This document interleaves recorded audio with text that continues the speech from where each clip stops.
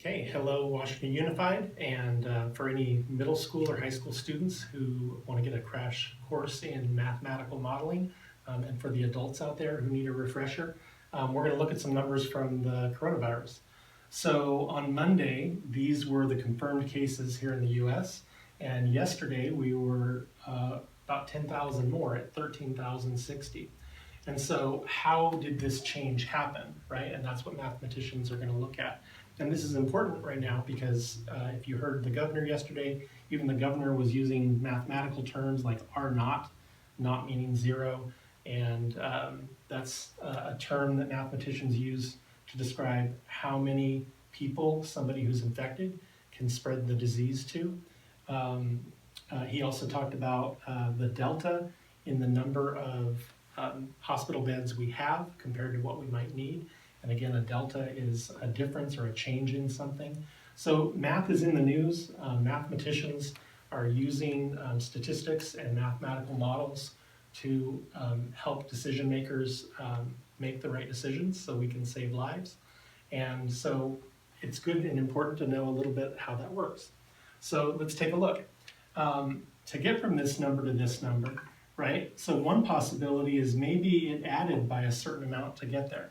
And that might be your first thought, right? Like, okay, so it added about 10,000. So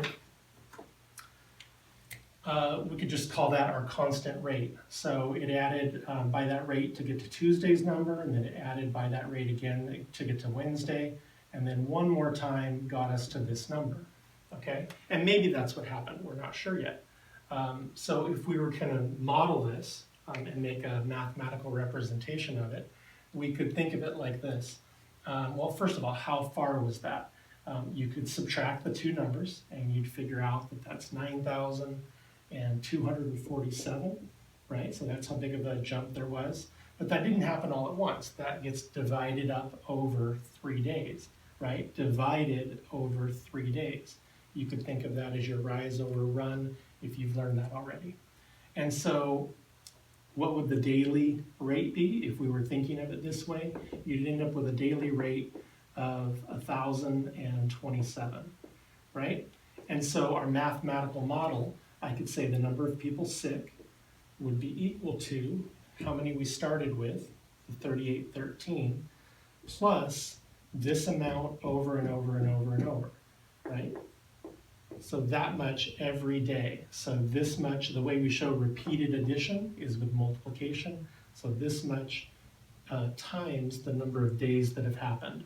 And this would be our mathematical model if this is what's happening. And this is what we call a linear model. If you were to graph it, you'd end up with a straight line with that constant rate. But we're not sure if this is what's happening. So there's other types of models that scientists and mathematicians can look at. So what if, to get from here to here, maybe I multiplied by something? So times R got me to Tuesday, and then times R got me to Wednesday, times R got me to Thursday. Okay, well in this scenario, I've got, let's see, I've got 3813, and then I've got times this R 3 times. The way we show repeated multiplication is with an exponent. So R to the 3rd power, and that ends up equaling yesterday's number of 13,060. Okay, and again, we're not sure if that's what is happening, but let's develop a mathematical model here. The problem is I don't know that number, so I need to get from this to R equals, so I know what the rate is. And the way I can do that to get R by itself, these are getting multiplied, so I can do an inverse operation and divide both sides by 3813, right? And then I'll get R to the 3rd power equaling, I did that one earlier and got 3.425, right? But that's not R, that's R to the 3rd power. So how do we handle this? Right, and some of you might not have seen this, but the way I would cancel off an exponent is with a root. So I can do a 3rd root on both sides, or a cube root is another way of naming that. And these will end up canceling. do the math with the calculator. If you turn your phone sideways, you can use a phone calculator to do this also. And you'll end up with a rate of 1.507. And so now that we know the rate, we can make a mathematical model. So my mathematical model with this type of growth, which we would call exponential, where it's multiplying over and over, would be the number of sick is going to be equal to my starting number, right, times this rate. Okay, so times this rate over and over and over.